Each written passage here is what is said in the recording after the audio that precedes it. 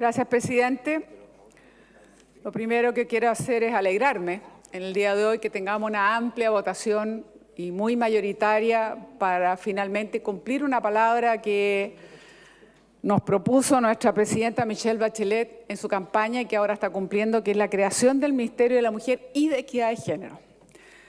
Yo creo que es una necesidad, creo que este país se tiene que poner al día, creo que tiene que entender que las sociedades modernas son precisamente sociedades mucho más igualitarias y creo que tenemos que cumplir con compromiso internacional y con convenciones incluso que hemos firmado, la cual expresamente aluden a evitar toda forma de discriminación, lo cual obviamente no es la realidad de nuestro país, porque digamos la verdad, seguimos siendo discriminadas en muchos sentidos.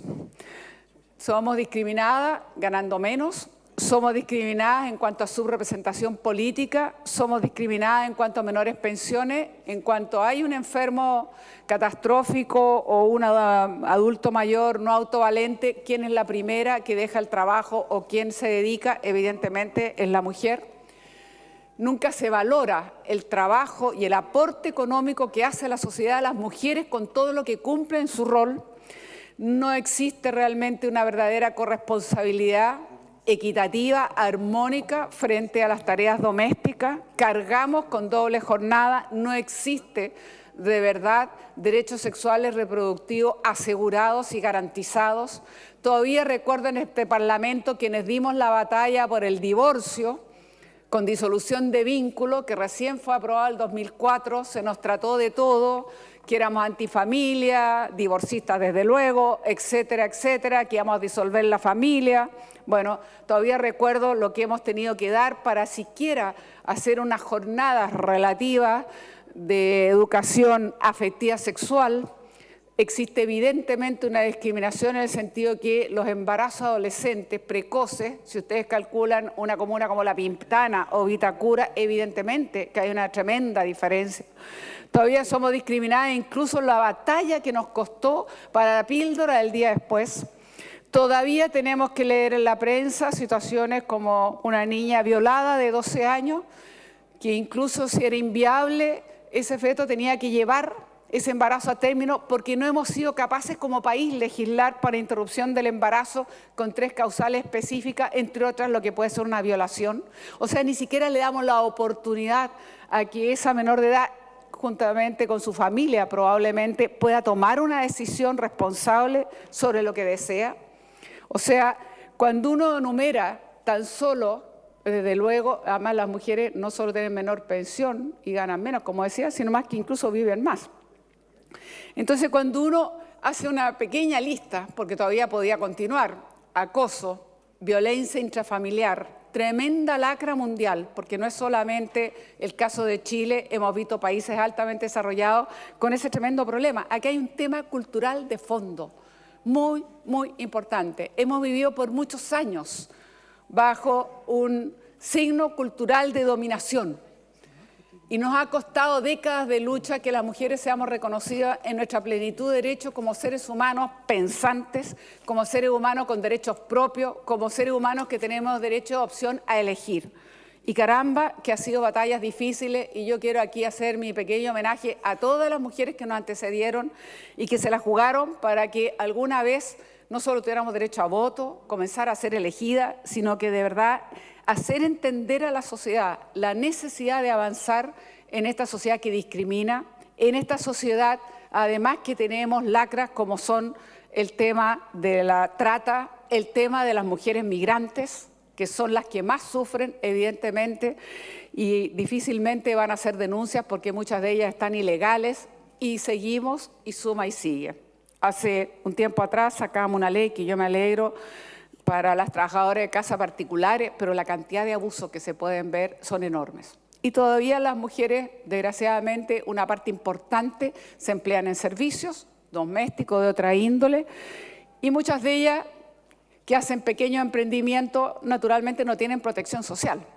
Y por eso la justeza de una política como la de la presidenta, cuando fue capaz de generar la pensión básica solidaria.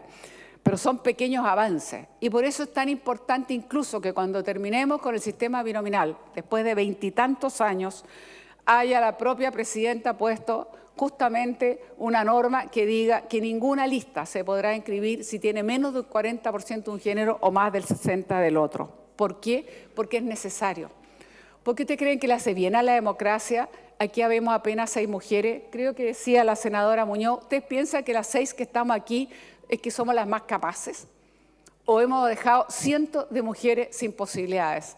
La falta de redes, la falta de colaboración, la falta de ingresos muchas veces económicos propios, que la falta de colaboración para las tareas, como decía, y para el mundo que además se pretende separar, el mundo privado del mundo público, el hombre proveedor, la mujer que en realidad dedicada solamente a estos niños o a los adultos mayores.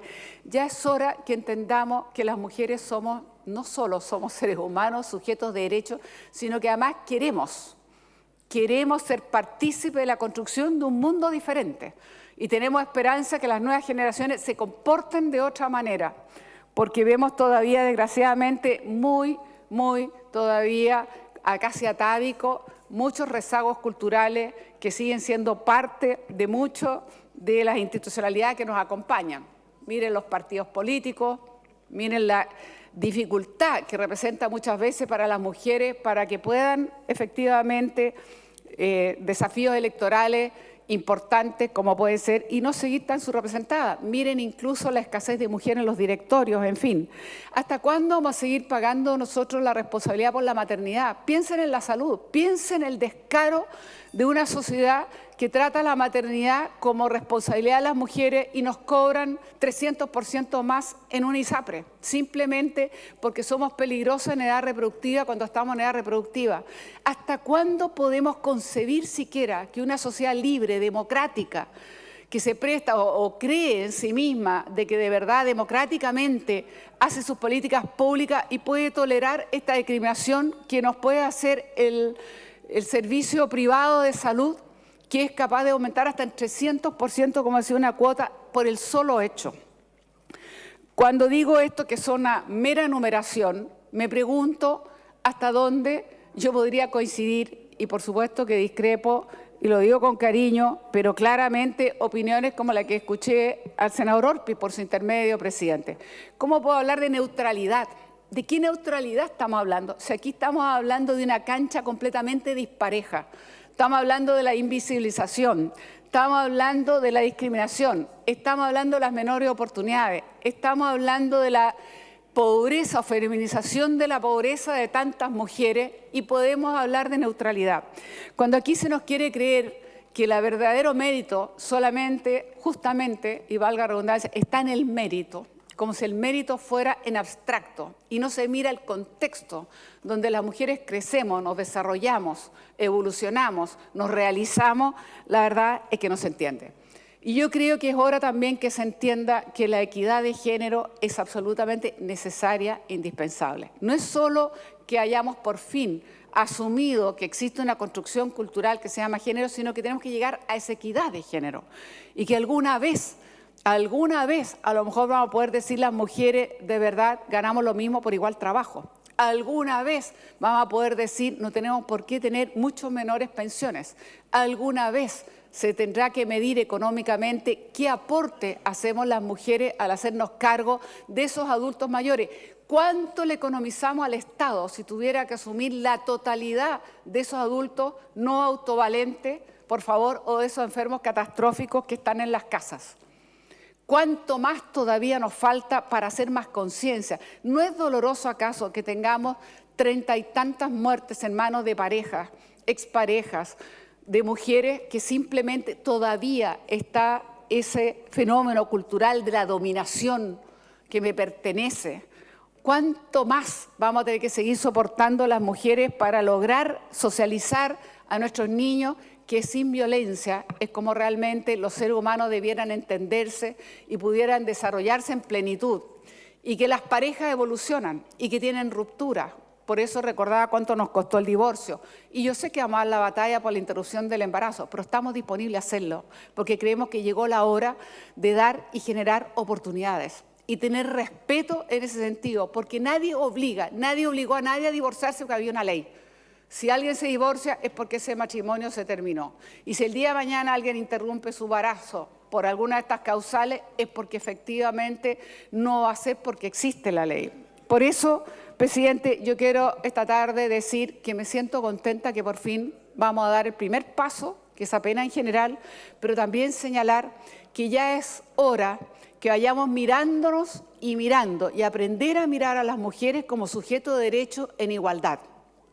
No queremos una mirada paternalista, no queremos una mirada protectora, sino que queremos efectivamente ser plenamente capaces en nuestros derechos patrimoniales, en nuestros derechos políticos, en nuestros derechos sociales y sobre todo en nuestros derechos culturales. No queremos que sigan rigiendo patrones de cultura que siguen asignando todavía como la mujer solamente pudiera identificarse incluso con la maternidad. Y la pregunta que yo hago, ¿y las mujeres que no desean ser madres, no son mujeres acaso? ¿Acaso no existe voluntariamente muchachas jóvenes que no desean ser madres o solo se las puede definir por la maternidad? Bienvenida, es maravilloso, pero ¿y las que no quieren ser madres o no pueden ser madres o no han tenido la oportunidad de ser madres, dejan de ser menos mujeres? O sea, yo creo que ya llegó la hora que tengamos un Ministerio de la Mujer. Yo quiero realmente felicitar a la ministra por la batalla cultural que está dando, por ese Servicio Nacional de la Mujer que creamos en el año 91, enorgullecerme que hubo un presidente Allende en el año 72 que ya pensaba en la Secretaría de la Mujer y habló de crear un Ministerio de la Mujer en el año 72, incluso pensaba que Carmen Gloria Aguayo, que era una destacada dirigente, podía ser la primera ministra mujer de este país. Y en ese sentido alegrarme y enorgullecerme de una mirada muy vanguardista pensando en el año 72 y pensar que hemos tenido que llegar al 2014 para que recién estemos en esta sala del Senado aprobando el crear un Ministerio de la Mujer. Por eso, esta tarde, presidente, con mucho orgullo y con mucho gusto voy a votar que sí. Muchas gracias.